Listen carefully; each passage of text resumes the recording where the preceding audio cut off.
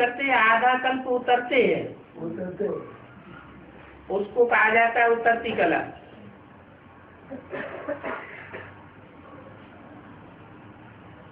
84 जन्म लेने पड़ते हैं, फिर एक जन्म में तुम्हारी उल्टी कला होती है। चढ़ती कला कहो, इसको कहा जाता है ज्ञान मार्ग। तो ज्ञान के लिए कितना समय गया हुआ है?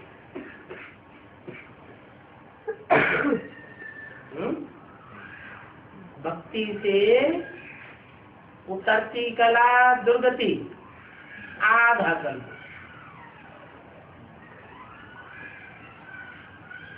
और ज्ञान से चढ़ती कला कितनी, कितने टाइम में जीवन मुक्ति? 1 सेकंड में जीवन मुक्ति।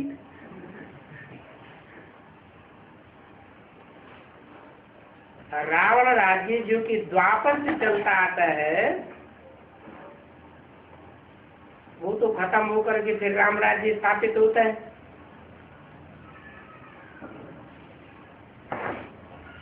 ये ड्रामा में 84 जन्म पूरे हैं। 84 जन्म पूरे होते हैं, फिर चढ़ती कला से सबका भला होता है।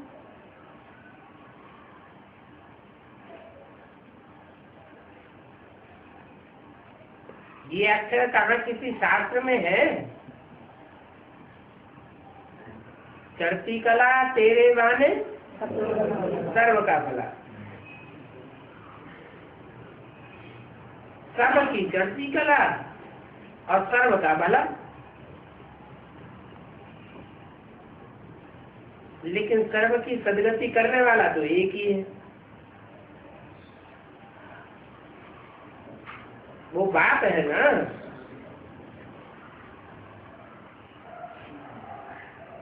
और सन्यासी उदासी तो अनेक प्रकार के हैं, बहुत मतांतर हैं। शास्त्रों में लगा हुआ है कि कल्प की आयु लाखों वर्ष की है।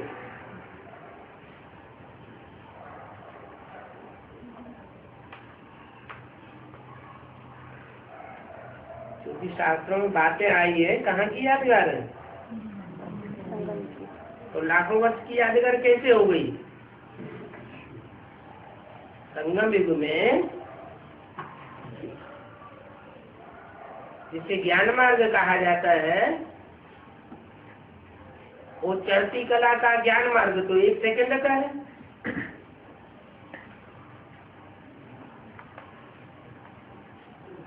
बाकी तो सब प्रारब्ध है। तो लाखों वर्ष आए क्यों कह दी?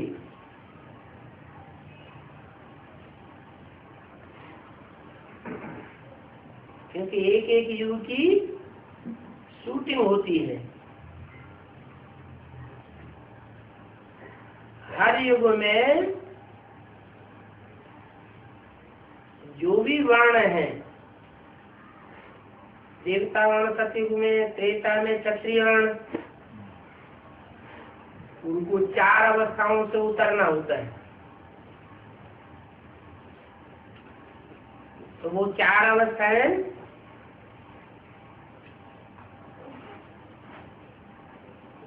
जो उतरती कला दिखाती है,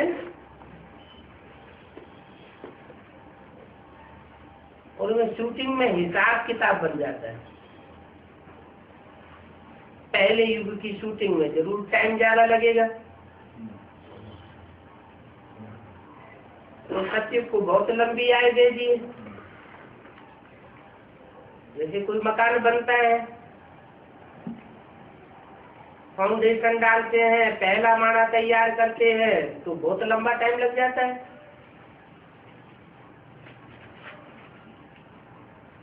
तो दूसरे युग की शूटिंग उसके मुकाबले जल्दी होती है।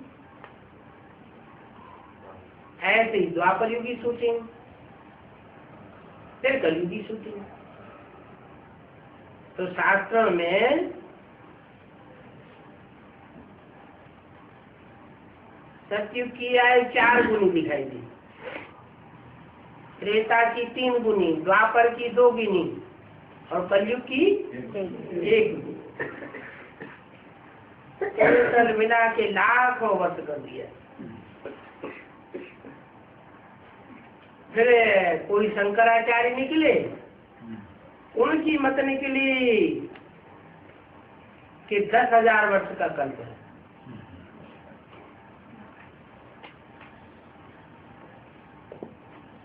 देखो कितना फर्क हो जाता है।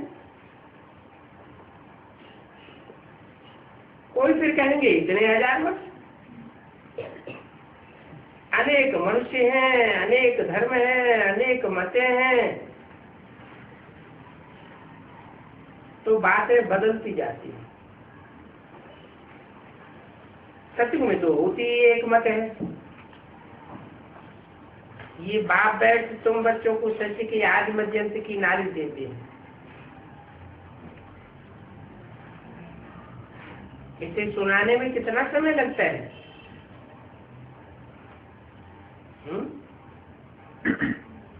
क्या कहेंगे?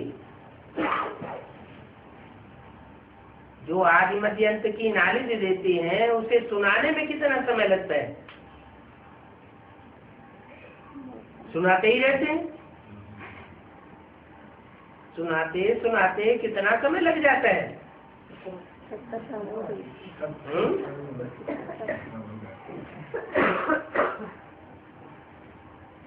जब तक जीना है तब तक जीना है। ऐसे नहीं कह सकते हैं कि पहले ये सब बातें क्यों नहीं सुनाई।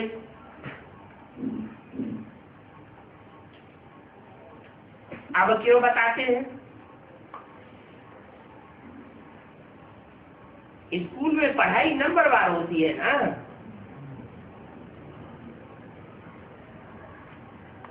एक ही जैसी पढ़ाई हमेशा थोड़ी होती है कि जो बेसिक नॉलेज पढ़ाते रहे वही फिर आगे पढ़ा देंगे।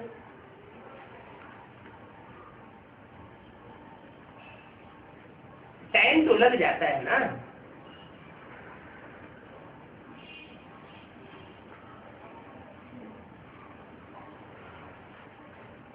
अव्वल नंबर और लास्ट नंबर, ज्यादा लंबी पढ़ाई किसकी चलेगी?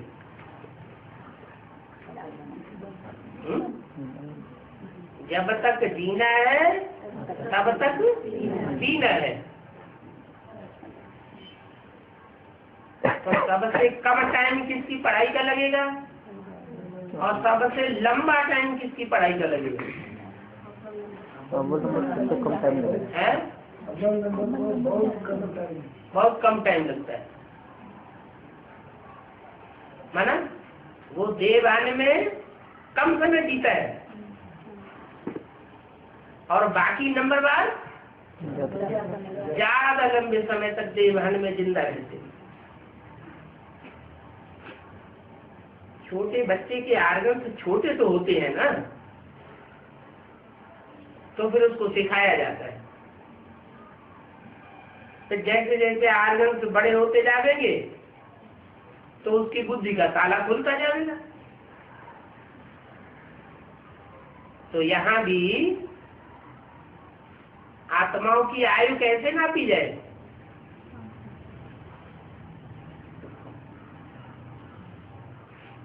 कोई ऑलराउंडर पार्ट बजाती है, कोई भी नंबरवार पार्ट बजाती है।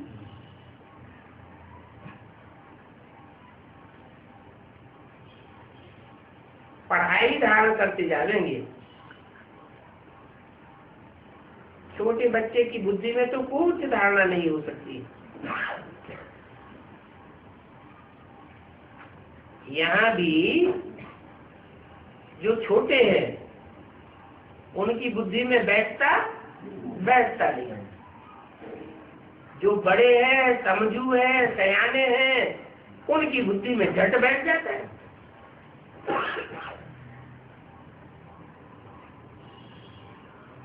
छोटा बच्चा बड़ा होता है तो फिर वही बैरिस्टर, जज आदि बन जाता है। इसमें भी ऐसे ही कोई की बुद्धि में धारणा अच्छी भी होती है। बाप कहते हैं मैं आया हूं पतित से पावन बनाने।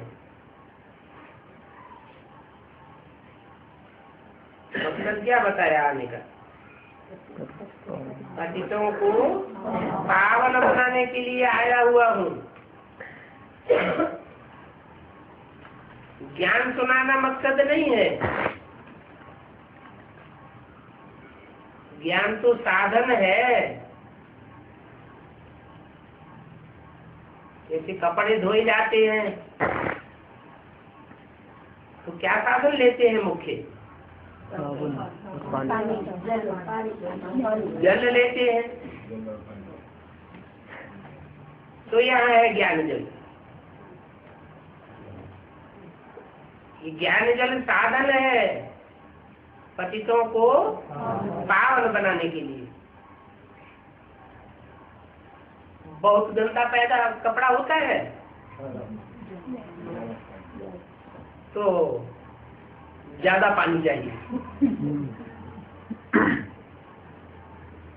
थोड़ा गंदा होता है तो कम पानी में काम चलता है।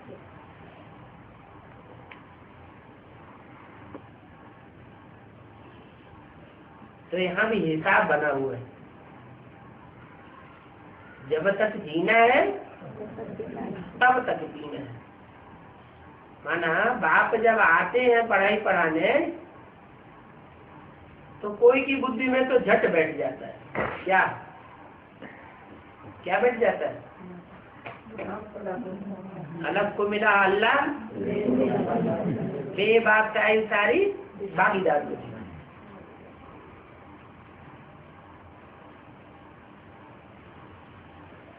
आई तार अल्लाह की हुआ रेल का राही।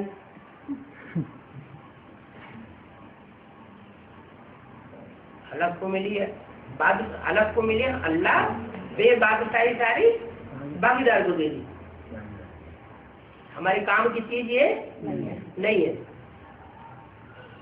कोई तो ऐसे होते हैं कोई सेंटर का इंचार्ज बन जाएंगे तो बाहर जैसे बड़े भारी राजा बन गए। जोनल इंचार्ज बन जाएंगे बात मत पूछो।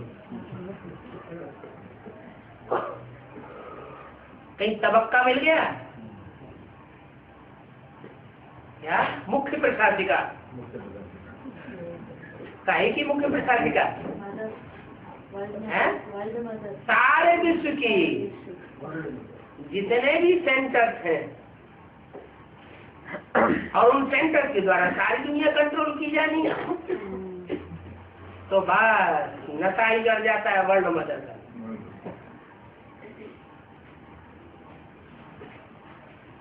बाप की बुद्धि में जो बाप के रूप में पार्ट बजाता है मनुष्य शक्ति का, उसकी बुद्धि में शुरुआत से ही बैठता है क्या? बेबादशाही सारी भागीदारी। ये अल्पकाल की बादशाही है। ये बादशाही हमें नहीं चाहिए। हमको तो क्या मिल गया? ऊंच से ऊंच मिल गया। बाप कहते हैं मैं अभी आया हुआ हूँ पतित बुद्धियों को पावन बुद्धि बनाने के लिए। तो अभी इस पतित दुनिया से वैराग आना चाहिए।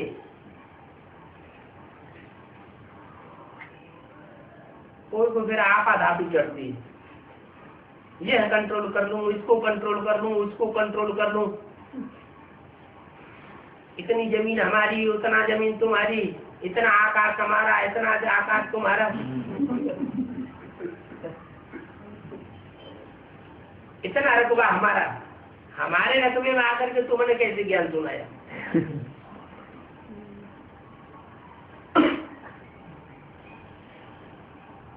तुम बच्चों को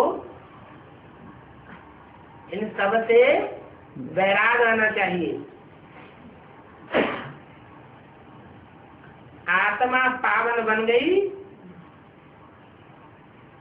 तो फिर तो पतित दुनिया में रह नहीं सकती। उसका इस पतित दुनिया में राग माना प्रीति रहेगी नहीं, वैराग आ जाएगा।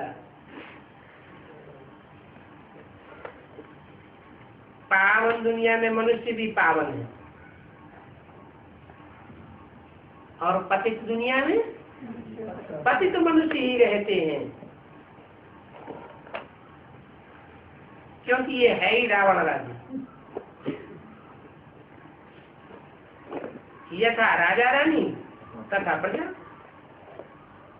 ये सारा ज्ञान बुद्धि से समझने का है। समझो शंकराचार्य को मान दे करके ऊपर में बिठाया है, ऊंची सीट दे दी है,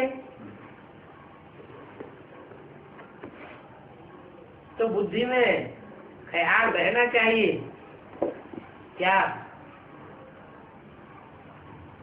कि बाबा तो कहते हैं मैं तुम्हें विश्व की बादशाही देता हूं, तो हम विश्व के बादशाह बनते हैं तो हमारी ऊंची गति होनी चाहिए। शंकराचार्य को ऊंची स्टेज में क्यों बिठाया है? बाप कहते हैं कि ख्याल रखना चाहिए कि हम पार्टधारी हैं। क्या इस समय जो भी बड़े बड़े हैं उनको मान मर्तबा देने का हमारा पार्ट है। क्या पार्ट है? जो ऊंच से ऊंच बाप हमारा वही आया हुआ है, क्या कहता है? I am your most obedient servant. तो फॉलो हुआ ना? हम बच्चों को भी क्या करना है? जो भी इस दुनिया में मान मर्तबा वाले हैं उनको थोड़ा मान मर्तबा देने से हमारा क्या चला जाएगा? हमारी तो अंदरूनी बात है और उनका मान मर्तबा तो बाहर की दुनिया का है। तो बुद्धि में ख्याल रहे कि हम तो पार्टधारी हैं, पार्ट बजाते हैं। नाटक में पार्ट बजाने वाले पार्टधारी होते हैं ना। कोई को हीरो का पार्ट मिलता है, कोई को गधे का पार्ट बनता है। तो जो गधे का पार्ट मिलता है वो ये समझ के बैठ जाता है कि हम गधा हो गए। हो सकता है कोई गलती कर दे, हीरो पार्टधारी बड़ी गलती कर दे, लोग तालियां बजा जा रहे हैं, ये कैसा पार्ट बजा रहा है।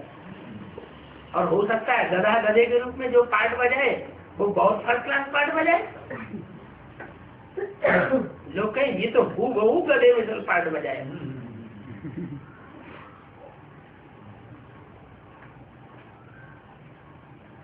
यो वो है तो सर्प मिसल। कौन? शंकराचार्य।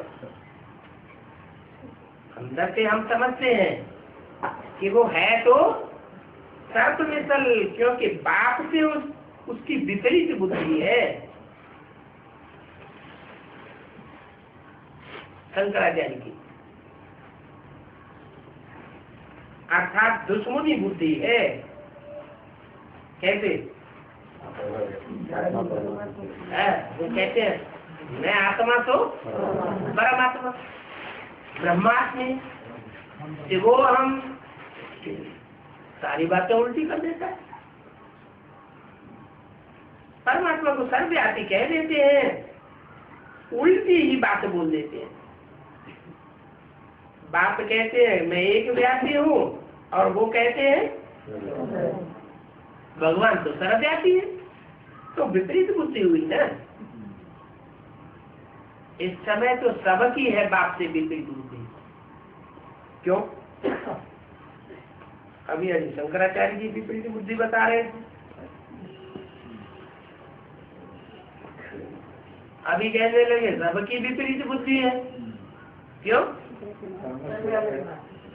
सब मानते हैं सर्वव्यापी। सबकी विपरीत बुद्धि इसलिए है कि एक मुकर्रर रथ में आए हुए बाप को कांस्टेंट निश्चय बुद्धि होकर के कोई नहीं पहचानता। आज निश्चय बुद्धि है, कल जिसके ऊपर पड़ता है। तुम बच्चे तो बाप को याद करते हो, याद करते हो तो जरूर निश्चय बुद्धि हुए। अंदर में बाप के लिए प्यार भी है।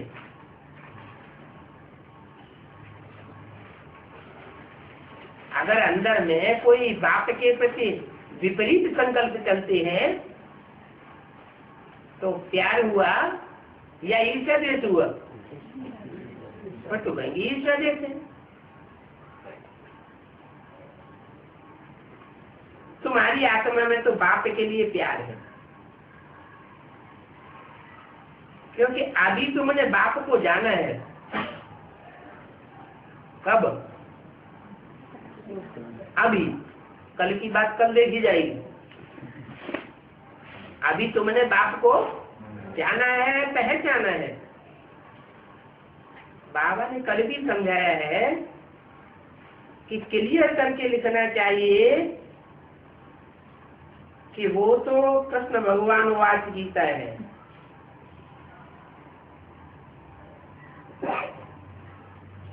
कौन सी? ब्राह्मणों की संगम की दुनिया में कौन सी कृष्ण भगवान वाच गीता है? जो भी कागज के पत्ते हैं, जिन कागज के पत्तों को पढ़ते हैं मनुष्य और पढ़ करके दूसरों को, मनुष्यों को सुनाते हैं, वो किसके द्वारा हुआ थे? कृष्ण द्वारा हुआ। कृष्ण तो सच में पैदा होता है। कृष्ण उर्फ दादा लेखराज ब्रह्मा के द्वारा वो वाचिक हुई जो गीता है, वो गीता उसका कंट्रास्ट दिखाना। किस गीता से? जो शिव भगवान वाच है।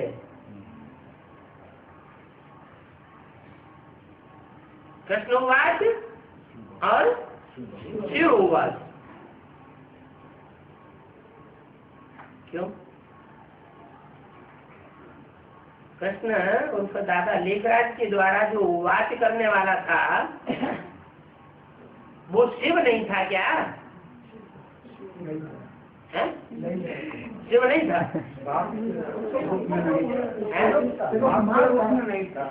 शिव तो था, लेकिन शिव माँ के रूप में था। ऊंचे से ऊंचे पाठधारी नहीं था। भगवान तो ऊंचे से ऊंचे होता है या नंबरवार होता है? ऊंचे से ऊंचे होता है। कृष्ण की बनाई हुई गीता नरकवासी बनाती है।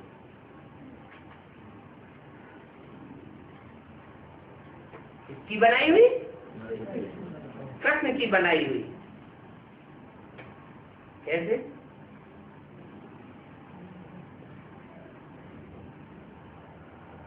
प्रैक्टिकल में अभी क्या है?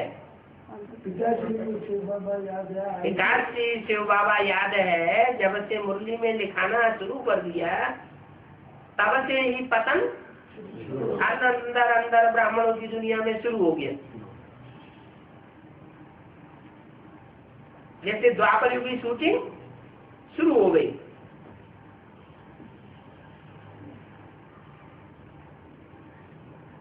उसे कहेंगे नर,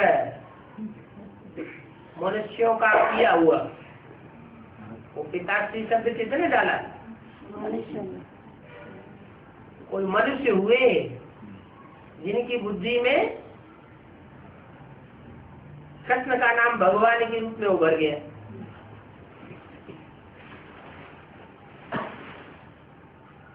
मम्मा जब तक थी तब तक ऐसा नहीं हुआ, और मम्मा की दृष्टि से जैसे ही ओझल हुआ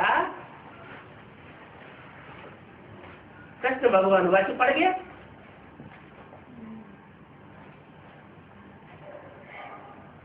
तो ब्रह्मा बाबा को अपोजिशन करना चाहिए था, है? नहीं किया। मम्मा होती तो पकड़ लेती। गलती को, ये गलत है, ये रंग है। मम्मा तो हॉस्पिटलाइज हो चुकी थी, मौका मिला और मनुष्यों ने डाल दिया।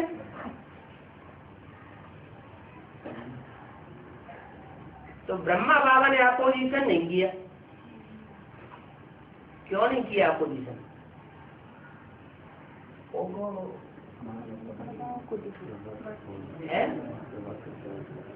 क्या? हाँ, वो खुद भी गीता का भगवान बड़ी आसानी से अपन को पक्का कर लिया। गीता का भगवान तो मैं ही हूँ।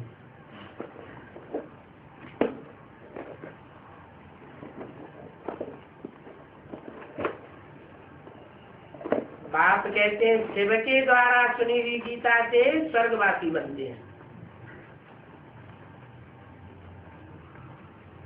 द्वारा, किसके द्वारा? शिव के द्वारा सुनी हुई गीता से। द्वारा, द्वारा तो ब्रह्मा होता है।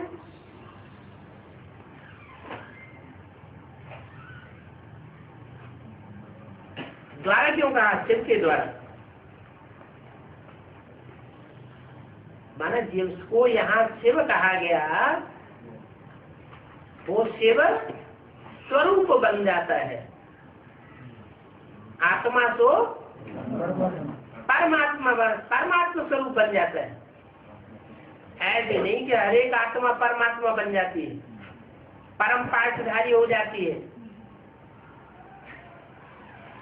तो बोला शिव के द्वारा सुनी हुई गीता से स्वर्गवासी बनते हैं। वो गीता गाई जाती है क्या? गायन, महिमा और पूजन किस गीता का होता है? जो शिव के द्वारा गाई जाती है। यहाँ पर तुम सन्मुख शिव बाबा से सुन रहे हो।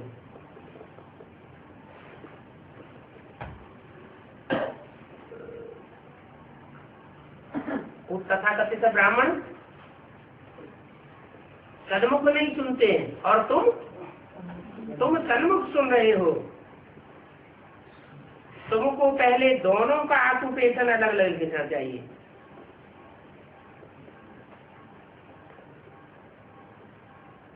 किसका ऑक्यूपेशन? कृष्ण का ऑक्यूपेशन और शिव का ऑक्यूपेशन। कृष्ण की महिमा और शिव की महिमा अलग अलग लिखो। बाबा वाणियों में ढेर युक्तियां देते रहते हैं। चित्र बनाने वाले सुनते तो हैं, अगर सुनेंगे ही नहीं तो वो चित्र बनाए कैसे सकेंगे? तो शिव बाबा की भी फुल महिमा लिखो। वो मनुष्य शक्ति का बीज रूप, ज्ञान का सागर, प्रेम का सागर है।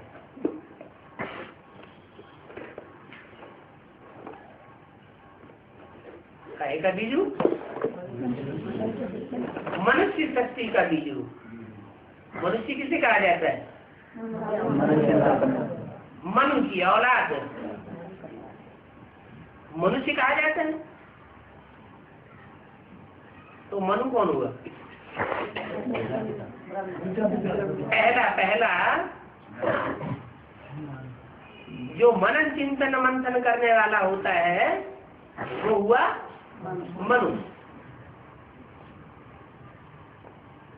तो वो मनुष्य शक्ति का बीज है। उससे कोई भी क्रॉस नहीं कर सकता। किस बात में? मनन चिंतन मंथन करने में।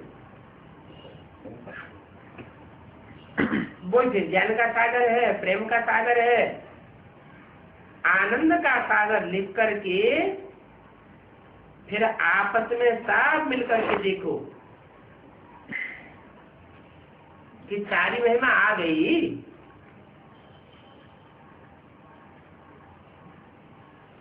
तो कृष्ण की महिमा और शिव की महिमा अलग अलग लिखो।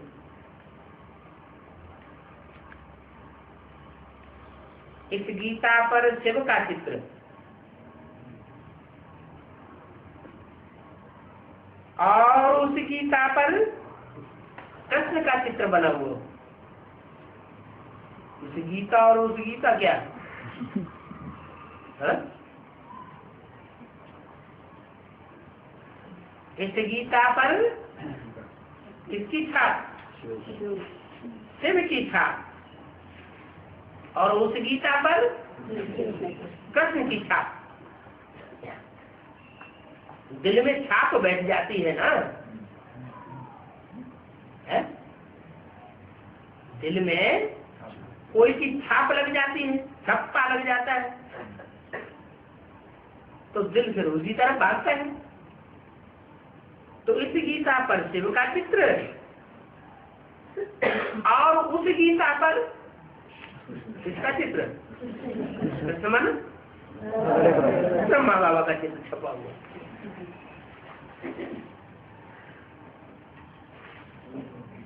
गीता है, सच्ची गीता है, झूठी गीता है। सच्ची गीता के भी बाल बच्चे, तो झूठी गीता के भी बाल बच्चे फॉलोअर्स होते हैं। तो किसके ऊपर है कृष्ण की छाप और किसके ऊपर शिव की छाप? वो कंट्रास्ट दिखाना है। ज्ञान सागर गीता ज्ञान दाता त्रिमूर्ति शिव परम पिता परमात्मा। क्या लिखो? ये है ज्ञान का सागर। गीता ज्ञान दाता माने गीता को भी ज्ञान देने वाला कौन हुआ? यज्ञ के आदि में ज्ञान सागर बाप हुआ। सारी मनुष्य सृष्टि का बीज वो शिव तो है, लेकिन एक मूर्ति शिव नहीं है। क्या कहते हैं? त्रिमूर्ति शिव। त्रिमूर्ति शिव परमात्मा ही नमः। त्रिमूर्ति अक्षर जरूर डालना है।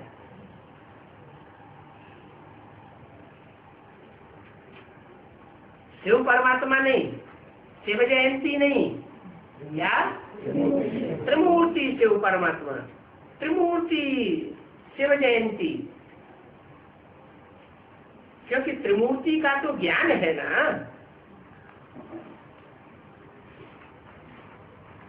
ब्रह्मा द्वारा स्थापना, तो जरूर ब्रह्मा द्वारा ही ज्ञान सुना देंगे। कृष्ण तो ऐसे नहीं कहेंगे कि शिव भगवान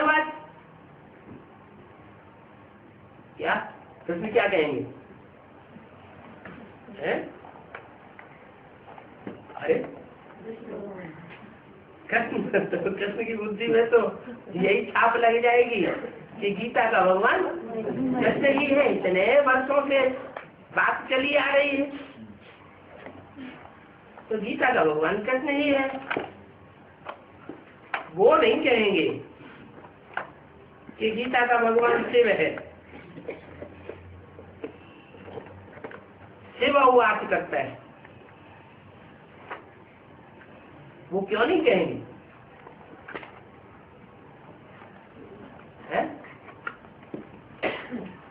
क्योंकि वो पुरुषार्थ करते करते स्वयं तो शिव समान निराकारी निर्विकारी निरहंकारी इस चीज को धारण नहीं कर सके। इसलिए वो नहीं कहेंगे शिव भगवानवाद। और प्रेरणा से भी कुछ होता नहीं है न उसमें। या प्रेरणा करने वालों में, प्रेरणा अक्षर का अर्थ समझने वालों में शिव बाबा की प्रवेशता हो सकती है। जो कहते हैं हमें प्रेरणा होती है, तो प्रेरणा होती है तो प्रवेशता होती है क्या? प्रेरणा अक्षर को ये नहीं कहेंगे शिव बाबा की प्रवेशता होती है। शिव बाबा तो पुराने देश में आते हैं,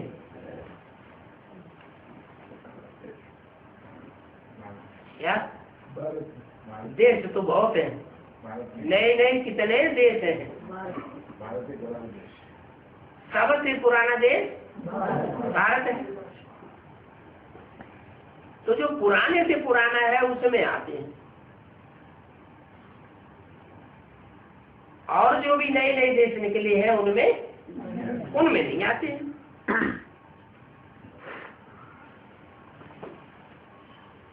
तो दोनों की महिमा लिखो,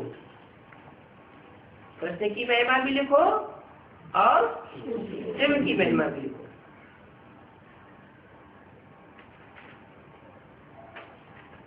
22-3-67 की वाणी का दूसरा पेज।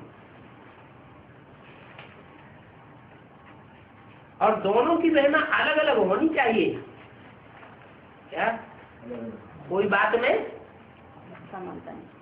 समानता न लिखते ना, दोनों की महिमा अलग अलग।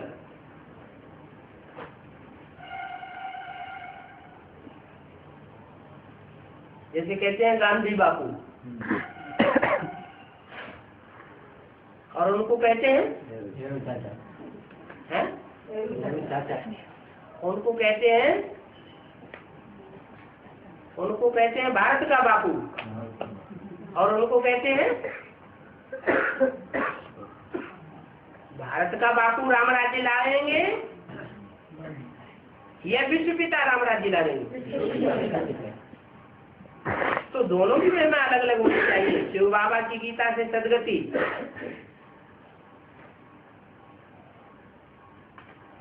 और कृष्ण की गीता से दुर्गति।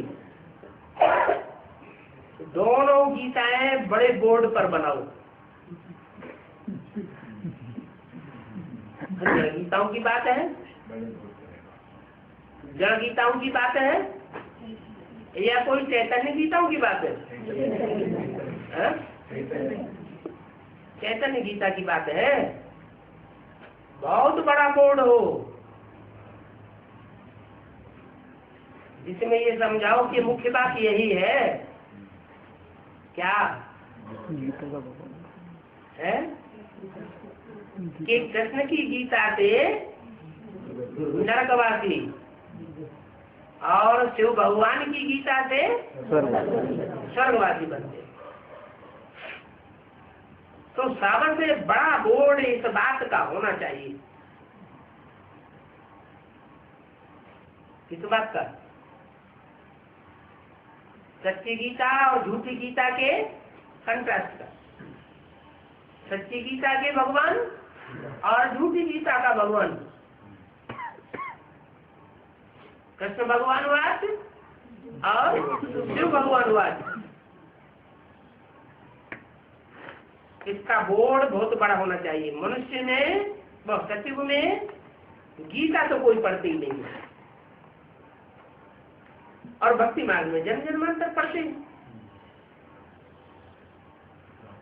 तो फिर ज्ञान मार्ग में भक्ति होती ही नहीं है।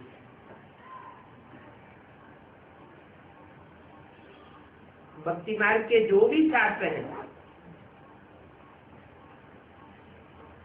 वो तो वही भगत पढ़ते हैं। क्या अभी भी अगर कोई मुरली के पत्तों को पढ़ता हो तो क्या कहेंगे? कहेंगे वही भगत है।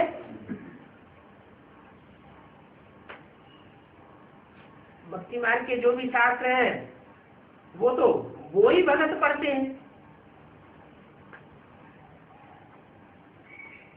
ये है ज्ञान की बिल्कुल नई बात है। क्या नई बात बताई?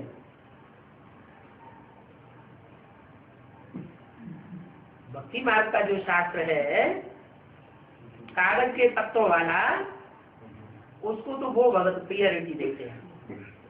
और यहाँ तुम बच्चे किसको प्रियरिटी देते हो? महत्व देते हो सन्मुख, जो सुनाया जाता है उसको, हाँ तुम उसको प्रियरिटी देते हो। तो ये बिल्कुल नई ज्ञान की बातें हैं। वो भक्ति तो अनेक प्रकार की है, और ये तो ज्ञान है ही एक प्रकार का। वो भक्ति अनेकों के द्वारा सुनाई जाती है, और ये ज्ञान तो एक बाप ही सन्मुख आकर सुनाते हैं।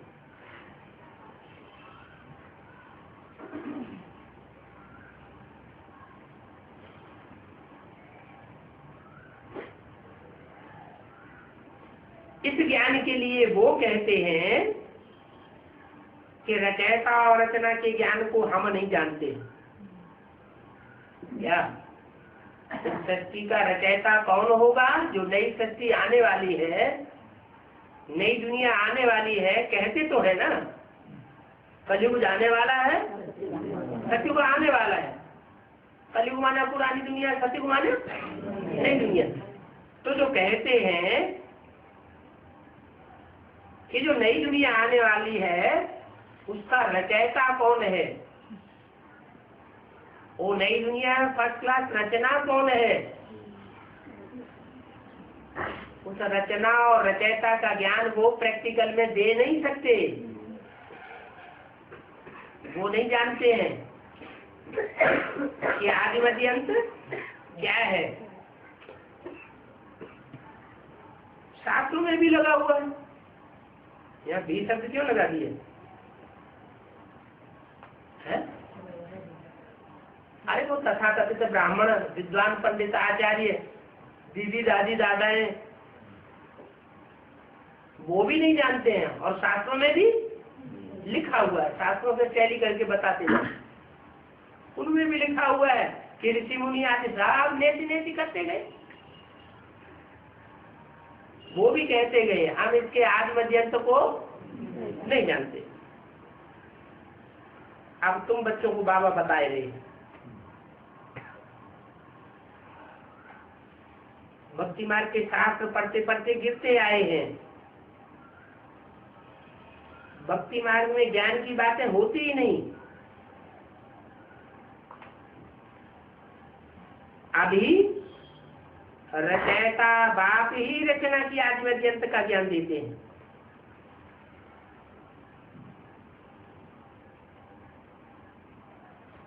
कृष्ण न खुद जानता है और न उसके फॉलोअर्स जानते हैं। जो भी सत्य रूपी रचना है उसका आदि मध्य और अंत न रचयिता का आदि मध्य अंत बता सकेंगे, और न उसकी जो फर्स्ट क्लास रचना है उसके आदि मध्य अंत का ज्ञान बता सकते हैं। बात ही बताते हैं।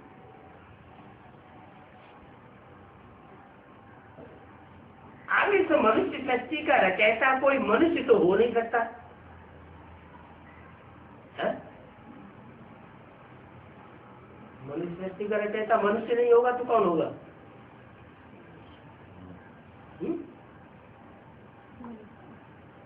कौन होगा?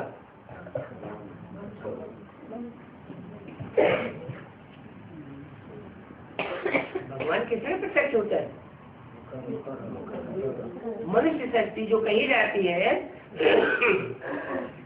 वो पहले पहले सतो प्रधान सतयुग होता है ना। तो सतयुग में और द्वापर कलयुग की मनुष्य शक्ति में कोई अंतर होता है या नहीं? उसको कहते हैं, द्वापर को कहते हैं द्वैतवादी मनुष्य शक्ति, और सतयुग को कहते हैं देवताई शक्ति, दैवीय शक्ति। तो देवताओं का जन्म किससे होगा? बाप से जन्म होगा। तो देवताओं को जन्म देने वाला देवताओं को देवता बनाने वाला, ब्राह्मण को देवता बनाने वाला कौन होना चाहिए? वकीलों को बनाने वाला वकील, डॉक्टरों को बनाने वाला डॉक्टर, राजाओं को बनाने वाला राजसी संस्कार वाला होना चाहिए। तो देवताओं को बनाने वाला कौन होगा? जरूर जो भी गुण हैं उन गुणों का जो मुखिया है, गुणों का मुखिया कौन है? वो मुखिया है धर्मराज है। सहन शक्ति,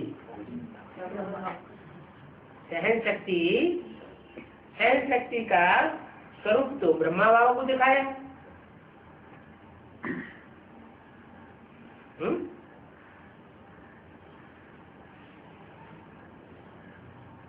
तो सहन शक्ति में राजा कहें कि सहन शक्ति धारण करने में ये राजा है, नहीं कहे? क्यों नहीं कहे? ब्रह्मा बाबा से ज्यादा कितने सहन शक्ति धारण करके दिखाई है? लेकिन कोई बहेलिये ने तीर मारा तो सहन किया या नहीं किया? नहीं। तो सहन नहीं। जो निराकारी निर्विकारी निरहंकारी बात है वो सारी दुनिया ग्लानि करती रहे तो भी उसके ऊपर कोई असर होने वाला नहीं है। जैसे सुना सुना अनसुना कर दिया, कान है लेकिन होते हुए भी जैसे कि नहीं है।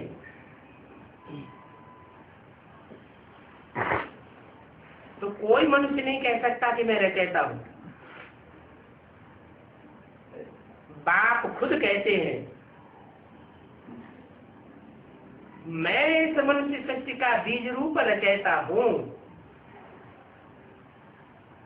मनुष्य शक्ति की आदि किससे होती है? राक्षसों से होती है, मनुष्यों से होती है, देवताओं से होती है, क्षत्रियों से होती है या ब्राह्मणों से होती है? ब्राह्मण। मनुष्य शक्ति की आदि में तो होते हैं ब्राह्मण। तो पहला पहला ब्राह्मण कौन हुआ? जो पहला ब्राह्मण, सो पहला देवता, सो पहला क्षत्रिय, सो पहला वैश्य, सो पहला शूद्र, सो ही पहला देवता। ब्राह्मण तो देवता।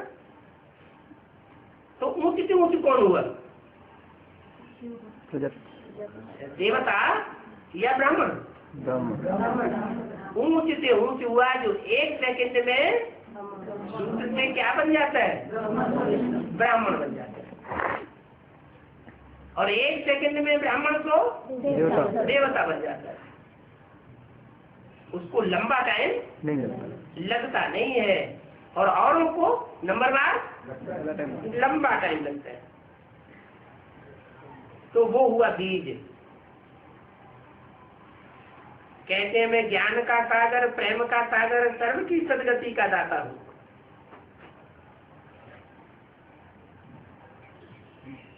कृष्ण की तो महिमा ही अलग है।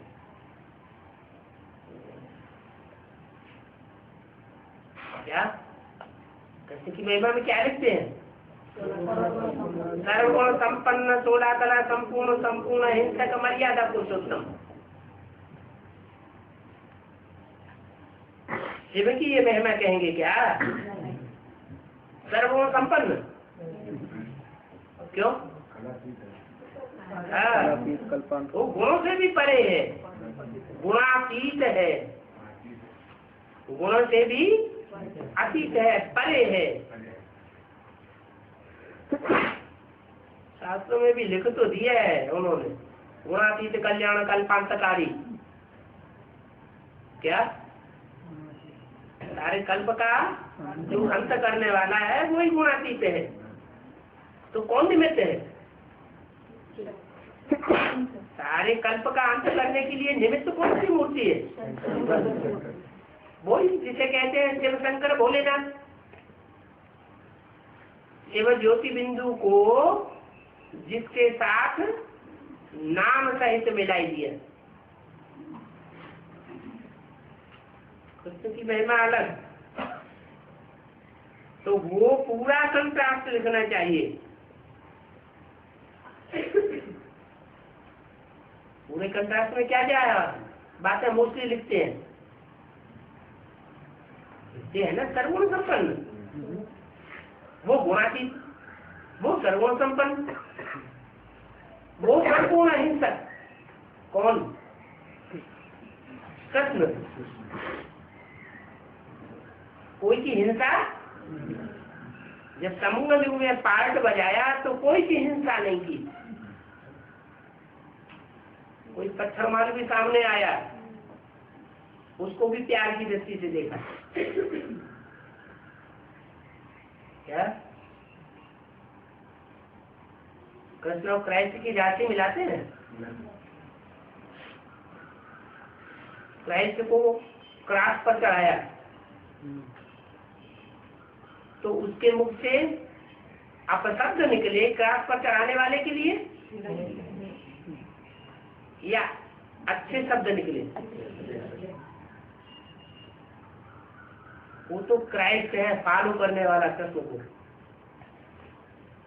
क्या वो तो कृष्ण के बाद हुआ और कृष्ण पहले हुआ, तो उसमें तो जाति गुण हुए ना।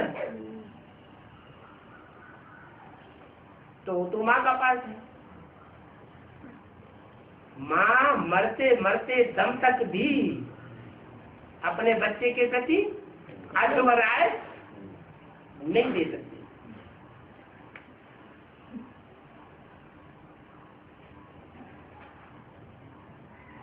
वो माताओं की भी माता है।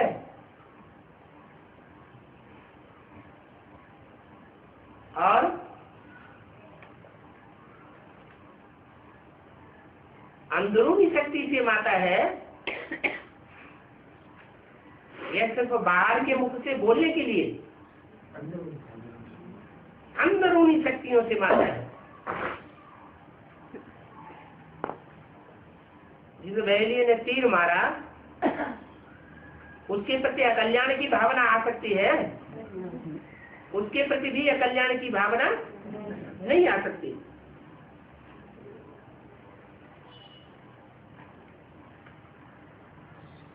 तो संपूर्ण अहिंसक हुआ ना, है? हुआ कि नहीं हुआ? संपूर्ण अहिंसक हुआ, अकल्याण करने वाले का भी कल्याण करने वाला हुआ। अच्छा, मान लो अकल्याण की बात बुद्धि में नहीं आई और वो कहीं विकराल रूप धारण किया होता तो क्या कुछ कर पाता है? आज की माताएं हैं जो अबला हो गई हैं, वो अगर विकराल रूप धारण करती हैं तो कुछ कर पाएंगी क्या? है? जो आखिरी बच्चे होते हैं, जो माँ को तकलीफ देते हैं, सब कुछ छीन लेते हैं, घर में से बाहर निकाल देते हैं, अगर वो विकराल रूप धारण करे तो कुछ बिगाड़ पाएंगे? है?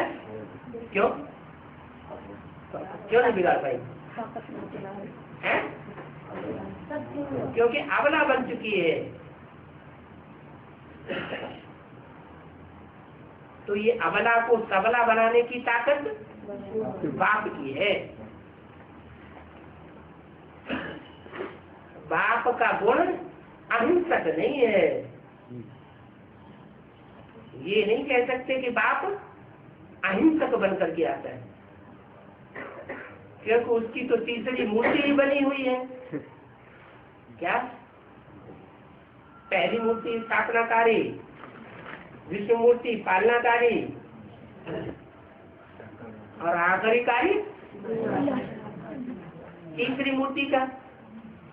वो जब तक संपन्न न हो तब तक वो कोई कार्य सत्य की नई सृष्टि का संसार में प्रत्यक्ष नहीं हो सकता।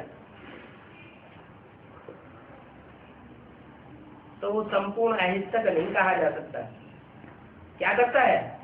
सब अधर्मों का विनाश, सब पापियों का विनाश कर देता है, सब अधर्म धर्म खंडों का विनाश करा देता है।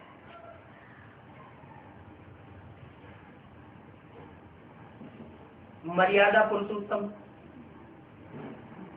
क्या कृष्ण की दृष्टि राधा में ही डूबती है और राधा की दृष्टि कृष्ण में डूबती है। ये मर्यादा रखने वालों में वो उत्तम पार्ट बजाने वाली आत्मा प्रैक्टिकल जीवन में ज्ञान में जितना माँ को सम्मान दिया उतना और किसी को सम्मान नहीं दिया। तो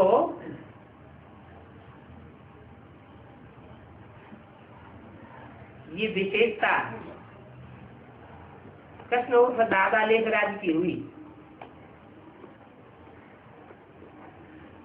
मर्यादा पालन करने, तो ये मर्यादा पालन करने की जो विशेषता हुई वो विशेषता ब्रह्मा तो विष्णु का पाठ बजाने वाले में होगी या नहीं होगी?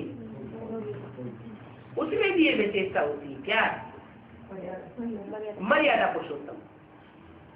मनसा में भी कोई और का संकल्प नहीं आ सकता। वाचा और कर्मणा कर्मेंद्रियों की तो बात ही दूसरी रही।